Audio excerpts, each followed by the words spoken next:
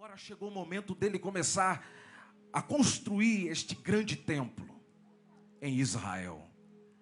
É interessante, meus amados irmãos, que o rei Davi, no decorrer do seu grande reinado, ele começou a angariar muito ouro, muita prata, a ponto da Bíblia nos dizer lá em 2 Samuel capítulo 8, que Davi uma vez foi para uma região por nome de Zoba, a qual o rio era Adazezera, e ele trouxe tanto bronze dessa região que não dava para pesar. E uma vez que agora Davi foi estocando todo esse tesouro, o seu filho, o sucessor, Salomão, ou também chamado de Gedidias pelo profeta Natã, sabendo que era um tempo de paz, a qual seu pai estabeleceu em Israel, o texto diz que agora Salomão vai dar o pontapé inicial na construção desta magnânime obra, cuja Bíblia vai chamar de Templo de Salomão. Se nós analisarmos no capítulo de número 6, a Bíblia vai nos dar informação, especificamente, a partir do versículo de número 1, e também no capítulo de número 5, versículo de número 13. A Bíblia vai nos dar informação dizendo que esse templo a qual foi construído, houve uma necessidade de pelo menos ter 153 mil homens que estavam engajados num só propósito, num só objetivo, para construir esse templo em tempo recorde. Entre eles estavam os escravos em Israel, os servos de Israel, e também os descendentes do povo que vivia na ilha por nome de Tiro, ou também chamado de fenícios, a qual a Bíblia diz que o grande arquiteto e quem encabeçou esta obra foi um homem por nome de Adonirão, cuja sua mãe era uma descendência de Dan e o seu pai era descendente da terra de Tiro. A Bíblia diz que agora esses 153.300 homens, eles vão trabalhar incessantemente 7 anos para construir o lugar aonde haveria de ser o palco do maior avivamento que existiu no Veterotestamentário. É interessante que nós conseguimos aprender algumas lições aqui no capítulo de número 5, e especificamente a partir do versículo de número 13. A Bíblia diz que Salomão, ele fazia com que os seus trabalhadores fizessem um rodízio mensal. Esses mais de 150 homens, eles não iam de maneira simultânea para as florestas do Líbano ou para as pedreiras do rei Salomão para trabalhar em prol da obra. A Bíblia diz que existia uma necessidade de fazer um certo rodízio, a qual a Bíblia vai nos dizer no versículo de número 3, versículo 13, aliás, que Salomão mandava 10.000 homens, especificamente para as pedreiras, a qual Salomão tinha. E eu quero falar nesta noite simplesmente mais sobre a pedreira aqui do rei Salomão, e vamos deixar o Líbano, a floresta do Líbano, se Deus nos der outra oportunidade. Esses 10.000 homens subiam para as pedreiras do rei Salomão, especificamente para cortar pedras. Pedra estas que, segundo o comentarista Ralph Gower, cada uma delas pesava mais de 12 toneladas. Pedras específicas para levantar a estrutura do templo, que haveria de ser reconstruído, ou melhor, construído no alto monte Moriá. E a Bíblia diz, lá no capítulo de número 5, e a partir do versículo de número 13, que esses 10.000 homens subiam e começavam a trabalhar. Eram obreiros, pedreiros, homens que tinham uma grande habilidade para cortar pedra, para fazer a estrutura do templo. E esses 10.000 homens, ininterruptamente, eles trabalhavam sem cessar, num período de 1 mês. Quando terminava esse período de 30 dias, existia um rodízio, Estes homens saíam das pedreiras do rei Salomão e voltavam para as suas casas. E o texto é categórico em dizer que quando eles voltavam para as suas casas, o período em que eles ficavam com as suas famílias não era um período de 30 dias, pois sim, era o dobro deste tempo.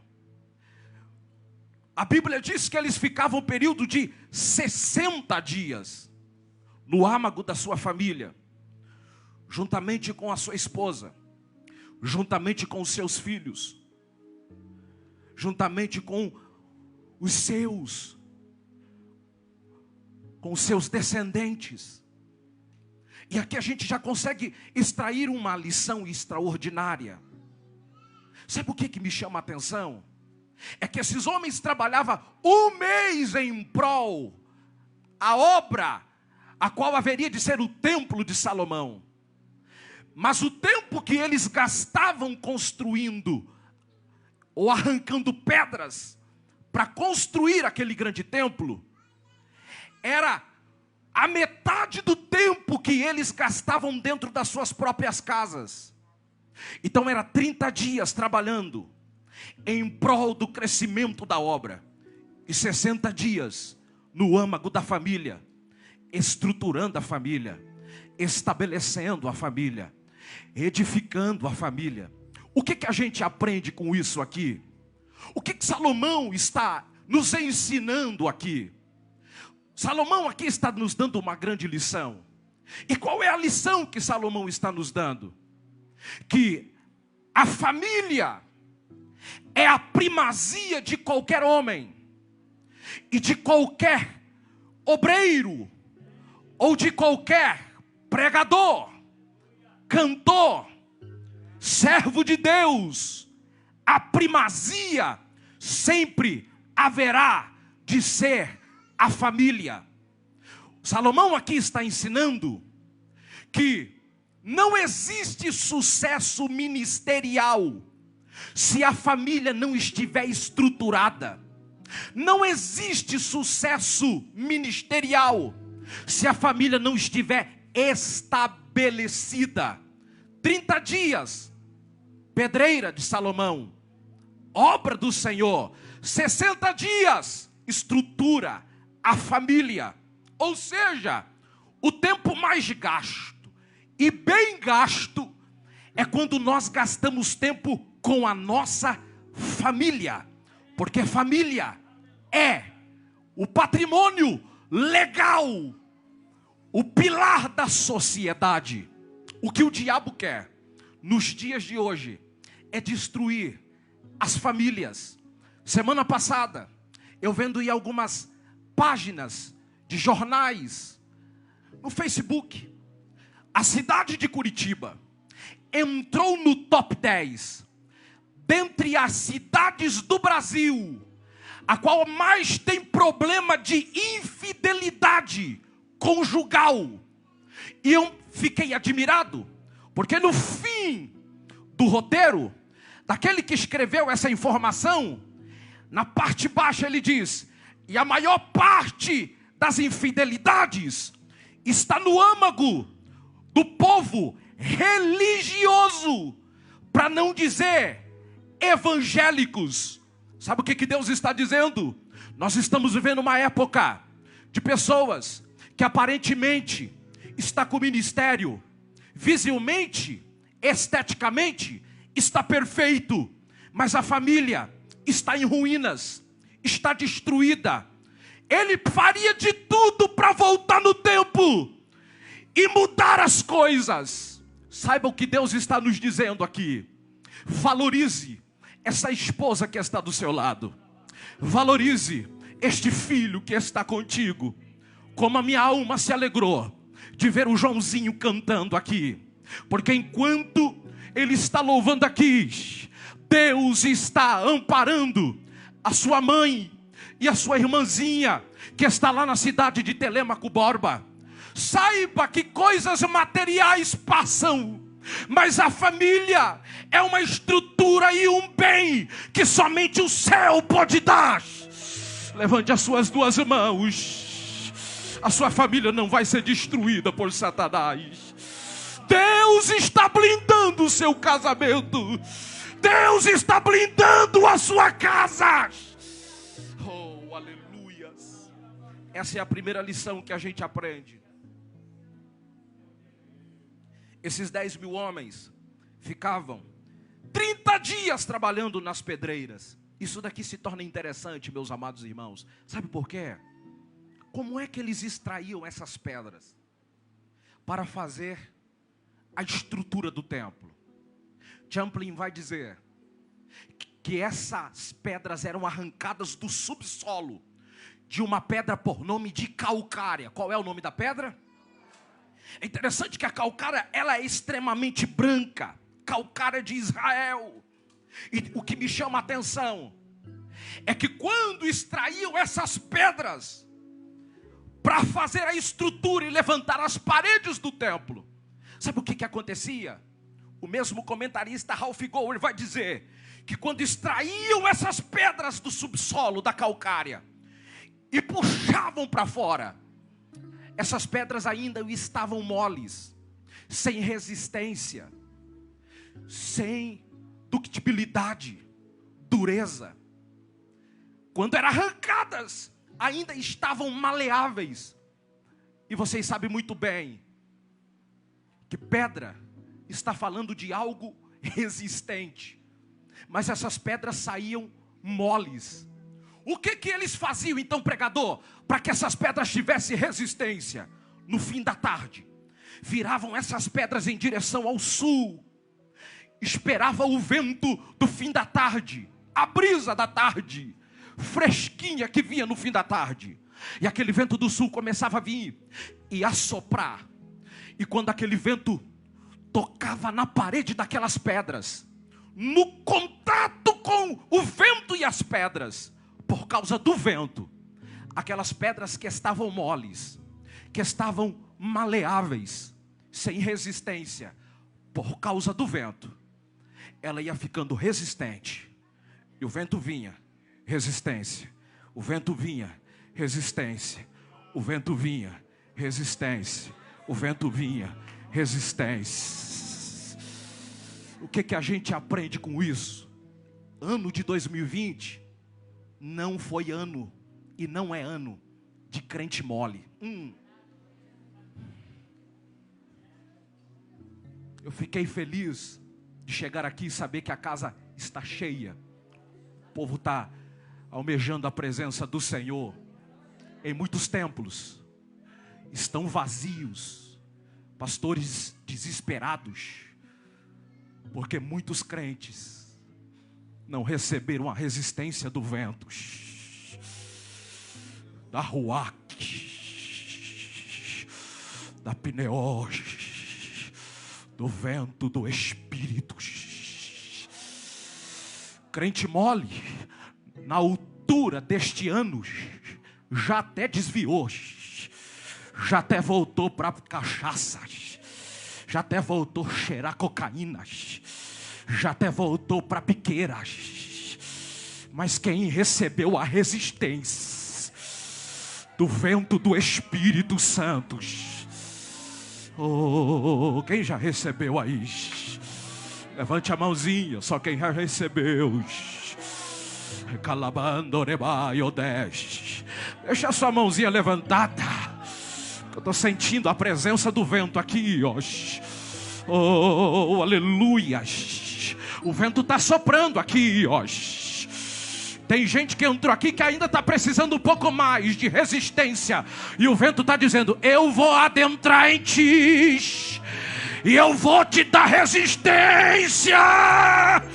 Porque a minha obra começa a partir do momento que a pessoa tem resistência. Sabe o que me chama a atenção, meus amados irmãos? É que essas pedras, o rei Salomão vai dar uma ordem. Está aqui no capítulo de número 6, versículo 7.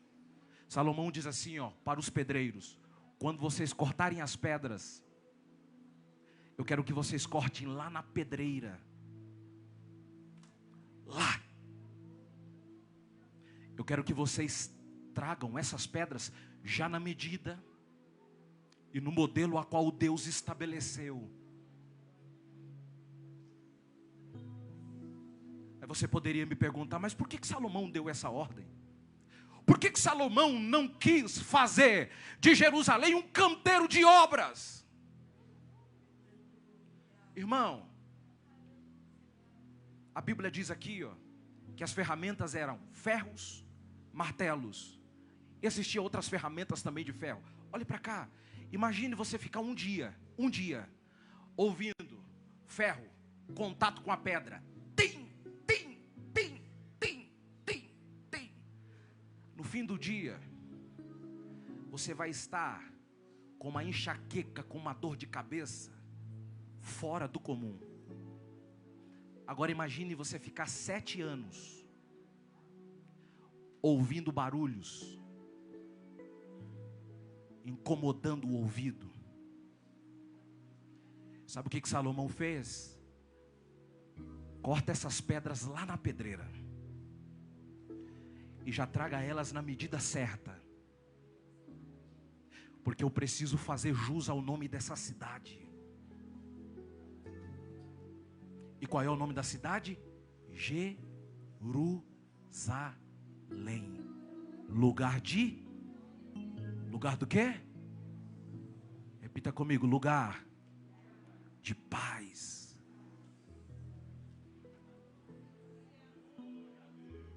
Parece que eu posso ver o chefe, a qual a Bíblia diz que o chefe de todo o coral da época do rei Davi era Asaf. Asaf, depois vinha Remã, Etan e Jedutum por último. Este chegando até a presença do rei Salomão dizendo: ó, excelentíssimo, eu fiquei sabendo que o Senhor disse que não pode fazer barulho aqui em Jerusalém. Mas que eu posso ver o rei Salomão dizendo: sim, eu dei ordem, eu não quero barulho em Jerusalém. Mas a gente não pode tocar os nossos instrumentos?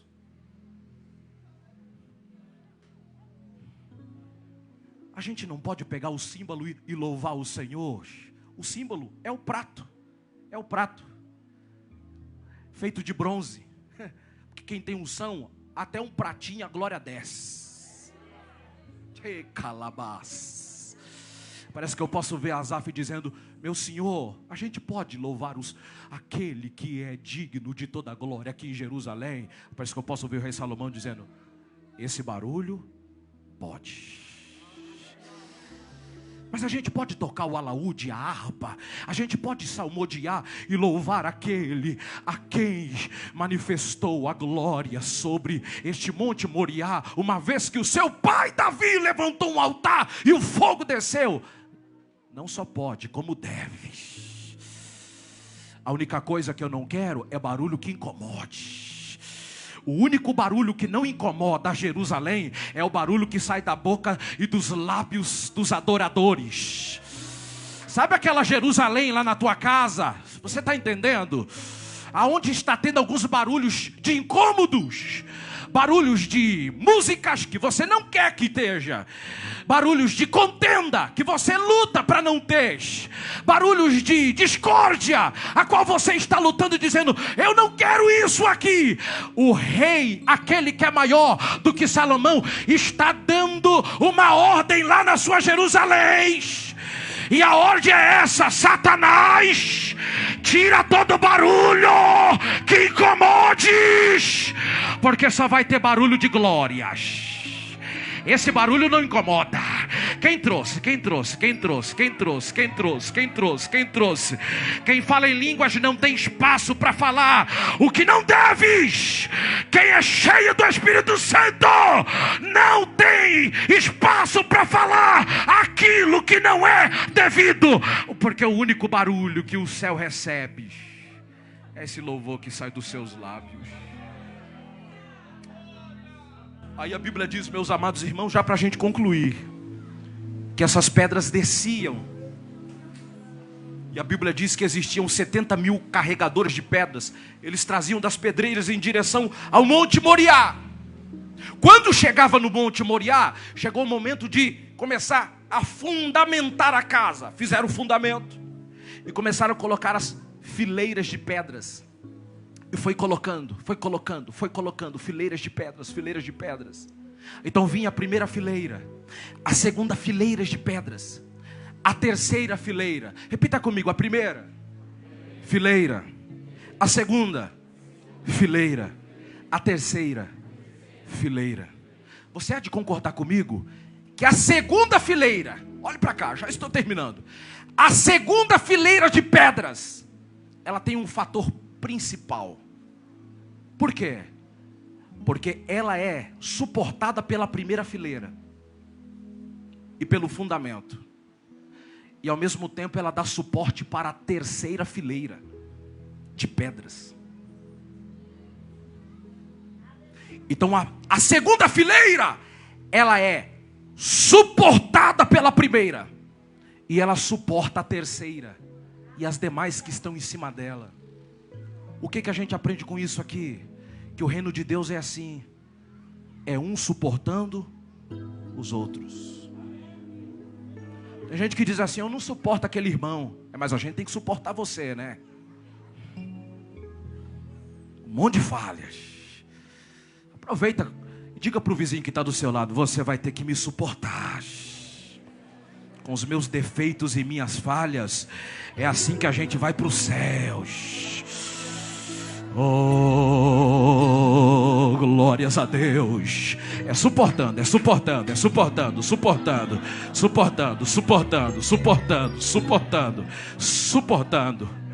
Aí olha o que a Bíblia vai nos dizer. A Bíblia diz que essas pedras, elas eram colocadas, e olha que interessante isso, elas eram encaixadas. Repita comigo: elas eram encaixadas e não eram coladas. Deus mandou: eu quero que encaixe uma pedra em cima da outra. Não precisa colar. Por quê? Porque na hora que eu quiser, eu tiro e coloco e tiro. Glórias a Deus. Em outras palavras, Deus está dizendo: eu não colo. Por quê? Para dizer que ninguém aqui é insubstituível. Na hora que eu quiser, eu tiro e coloco outra no lugar, sem dar satisfação para ninguém.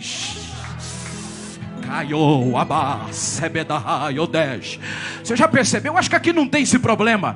Tem gente que cola no cargo, mas não sorta por nada. E Deus está dizendo: eu não colei, eu vou tirar essa cola e eu só encaixo. Na hora que Ele quiser, Ele tira, Ele diel, coloca outro no lugar, e a obra dele é assim. Quem pode glorificar o nome dele por isso? A Bíblia diz que a maior riqueza do templo não estava do lado de fora, estava do lado de dentro. A Bíblia diz que do lado de dentro, o rei Salomão, uma vez que ele fez toda a casa coberta de pedras, ele mandou cobrir toda a parte da casa interna. Sabe com o que, irmãos? Com pranchões de cedro. O cedro é a rainha de todas as árvores. Ela tem 40 metros de altura e 14 de espessura. Ele mandou tirar pranchões e começou a cobrir toda a casa de cedro, madeira do cedro. Aí cobriu o chão, cobriu o teto. E parece que eu posso ver o rei Salomão dizendo: mas para que isso? Por que será que Deus mandou cobrir essa casa de cedro pelo lado de dentro, sendo que ninguém vai ver? Sabe por quê? Porque haverá de vir os terremotos. Quando você chegar em casa, leia Amós capítulo 1, Zacarias 14 versículo 5. Houve um terremoto em Jerusalém, que as casas foram destruídas, os palácios caíram e foram arruinados. Os que viviam em Jerusalém foram embora, porque as casas tinham caído, mas a única que se manteve de pé foi o templo que estava no alto monte Moriá. porque os forrões de cedro não deixavam as pedras trabalhar e dava estrutura para o templo ficar de pé. Sabe o que Deus está mandando dizer aqui nesta noite? No meio dessa pandemia, muitos já caíram, mas há um segredo dentro de você. Deus já te forrou e não tem terremoto que te derruba. Aí cobriu todo de cedro. Depois que terminou de cobrir de cedro, aí Deus dá ordem para Salomão: vai lá e pegue toneladas e toneladas de ouro que o seu pai angariou. Ouro de Parvaim. Lá em 2 Crônicas 3 a Bíblia diz que era ouro de Parvaim. Ouro este que não era só amarelo, existiam uns veios vermelhos. Choragás. E o rei Salomão ouviu a ordem de Deus, e a ordem de Deus foi essa: cubra a casa inteira com ouro, só pelo lado de dentro. Aí ele foi cobrindo as paredes, placas de ouro, cobriu tetos. Parece que eu posso ver o rei Salomão dizendo: ih, Senhor, já cobri tudo, mas só falta o chão. O chão não precisa, porque o sacerdote vai pisar. A casa é minha, Salomão. Cobre também o chão de ouro. E ele foi cobrindo.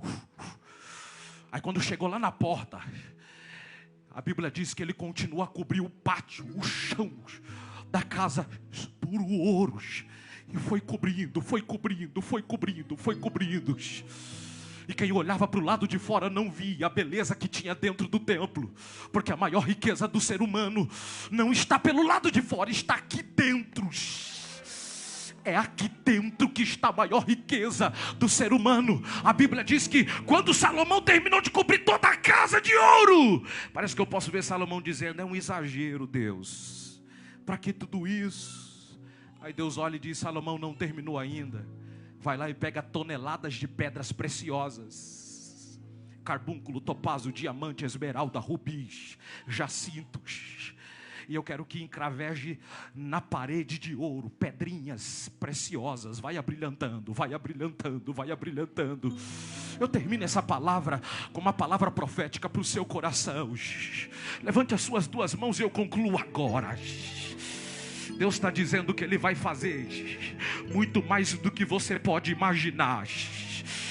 Para Salomão já era demais cobrir a casa de ouros, mas Deus sempre vai fazer muito mais do que aquilo que a gente possa imaginar e pensar. Deus vai além das suas expectativas. Se prepare, porque Deus vai começar a brilhantar esse templo aí, ó, pelo lado de dentro. Começa a receber as pedrinhas que está sendo encravejada na tua alma. Recebe dom de línguas aí. Recebe variedade de línguas aí. Recebe dom de curas aí. Quem olha você andando pelas ruas, pelo lado de fora você é igual a todo mundo, mas eles não podem ver a beleza que há dentro de nós. Tem uma riqueza extraordinária, é chamado de Espírito Santo. Fica de pé, por gentileza.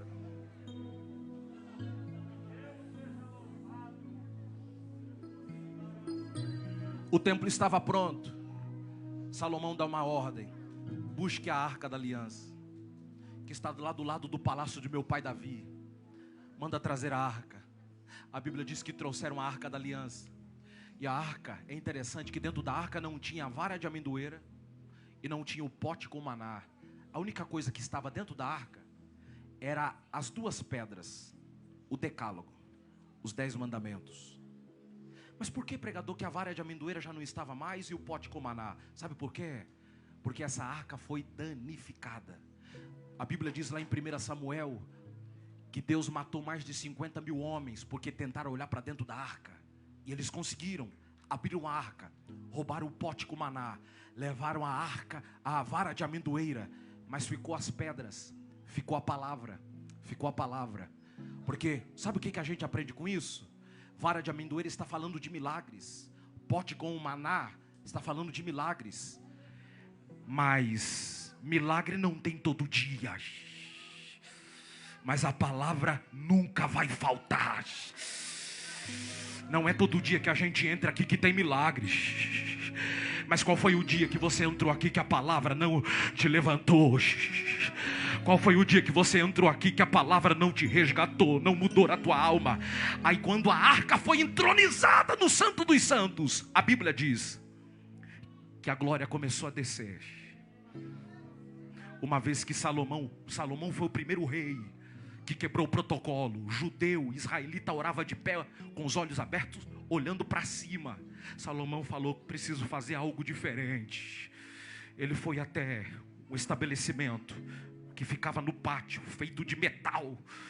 E a Bíblia diz que foi a primeira vez que um rei colocou os seus joelhos no chão e ele começou a orar. E a oração dele foi tão impactante que uma hora ele diz assim: ó Deus, nem os céus dos céus contêm a sua glória, a sua presença. Quem dirá esse pequeno templo feito com mãos de homens? A Bíblia diz que quando Salomão terminou de orar, parece que eu posso ver o Jeová, o Todo-Poderoso, dando ordem, dizendo assim: ó, desce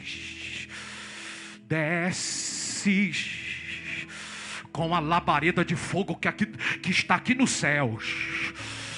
E eu quero que incendeie o altar que está lá em Jerusalém, lá no alto Monte Moriá. Aí a Bíblia diz que todo Israel, olhando para o céu, parece que eu posso ver os filhos olhando para o pai, dizendo: papai, o que é aquele negócio que está vindo do céu? O que é aquela labareda que está vindo de lá? O que é aquilo? Aí parece que eu posso ver o papai dizendo assim: isso daí é o que aconteceu no deserto, lá em Levíticos capítulo 9. O mesmo fogo que acendeu o altar lá no deserto é o mesmo fogo que está descendo de novo para reinaugurar o novo altar. Aí a Bíblia diz que o fogo veio, acendeu o altar, e aquele cheiro de fumaça de cordeiro foi invadindo a casa, foi invadindo, e a glória também veio consigo. Sabe o que a gente aprende com isso aqui? Não existe glória que não vem por intermédio da palavra. Primeiro entrou a arca com os 10 mandamentos, para primeiro a glória, para depois a glória descer. Sabe o que Deus...